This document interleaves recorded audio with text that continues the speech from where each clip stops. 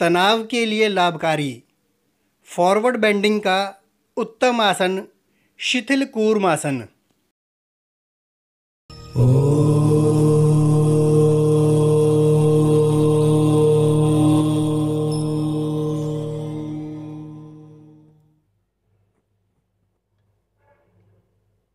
शिथिल कूर्मासन के लिए पहले टांगे सामने फैलाएं और फिर टांगों को इस प्रकार मोड़कर बैठें कि तलवे एक दूसरे की ओर हों और आप सुगमता पूर्वक बैठ सकें।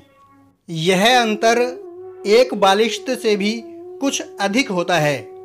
दोनों हाथों की अंगुलियां क्रॉस करके पंजे पकड़ लीजिए और अपने शरीर को आगे की दिशा में ढीला छोड़ते जाएं। इस आसन में ग्रेविटेशनल फोर्स गुरुत्वाकर्षण बल आपकी सहायता करता है। आपने अपने शरीर को केवल शिथिल करना है, ढीला छोड़ना है। ऐसा करने पर आप जंघा के जोड़ और कमर की जकड़न को खुलता हुआ अनुभव कर सकते हैं।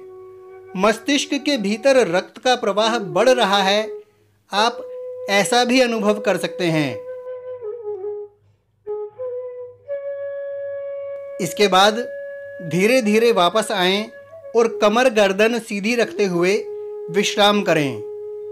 मन को सर के भीतर लगाकर रखें। संभव है कि कोई साधक खींचतान करके माथे को पैरों पर लगा दे, परंतु शरीर को ढीला छोड़ने पर कुछ अंतर रह जाए।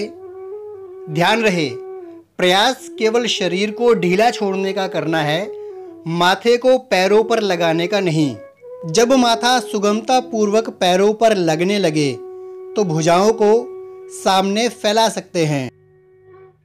सर्वाइकल की समस्या होने पर गर्दन ऊपर ही रखें। ऐसी सामान्य अवधारणा है कि कमर दर्द होने पर आगे ना झुकें, परंतु कमर दर्द की परिस्थिति विशेष में हम आगे झुकने वाले अभ्यास भी कराते हैं। नई रिसर्च ये कहती है कि सामान्य कमर दर्द होने पर ना तो बहुत आगे झुकें और ना ही बहुत पीछे, परंतु जब आप वीडियो देखकर यह अभ्यास कर रहे हैं तो उचित ये होगा कि कमर दर्द होने पर आगे ना झुकें। इस आसन में कई बार ऐसा होता है कि आपकी कमर तो आगे जाना चाहती है, परंतु जंघा के जोड़, थाई जॉइंट्स, उनकी फ्लेक्सिबिलिटी, उनकी लचक कम होने के कारण आप ज़्यादा आगे नहीं झुक पाते। तो ऐसी स्थिति में आप केवल उतना ही आगे झुकें जितना आपके थाई जॉइंट्स आपको अनुमति दें। इस समय पर भी आप जंघा के जोड़ों की जकड़न दूर होने का आनंद ले सकते हो।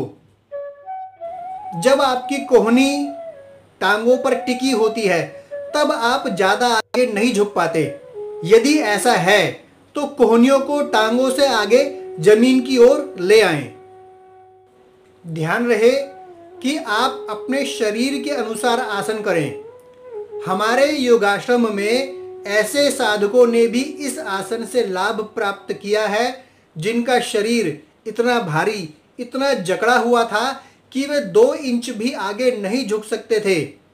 आगे झुकना तो छोड़िए, इस आसन में उनका शरीर पीछे की ओर गिरता था। उन्होंने आरंभ में केवल पंजों को ग्रिप में लेकर अपने थाई जॉइंट्स, अपने जंघा के जोड़ों की जकड़न को दूर किया और फिर धीरे धीरे आगे झुके। अब जब आपने यह आसन किया है, यह फॉरवर्ड बेंडिंग का आसन किया है, तो एक आसन बैकवर्ड बेंडिंग का भी होना चाहिए। मेरुदंड यानी स्पाइन के लिए 4 मूवमेंट्स बहुत जरूरी हैं: forward bending, backward bending, side bending और ट्विस्ट। तो यह आसन फॉरवर्ड बेंडिंग के लिए अत्यंत सरल और प्रभावी आसन है। इस आसन में रक्त का प्रवाह मस्तिष्क की ओर बढ़ता है, साथ साथ ही यह आसन आनंद भी प्रदान करता है। तो इन प्रभावों के कारण यह आसन हाई बीपी यानी उच्च रक्तचाप में लाभ पहुंचाता है, स्ट्रेस को दूर करता है। तो इस सरल और प्रभावशाली आसन की बारीकियों को समझते हुए आसन का आनंद लीजिए।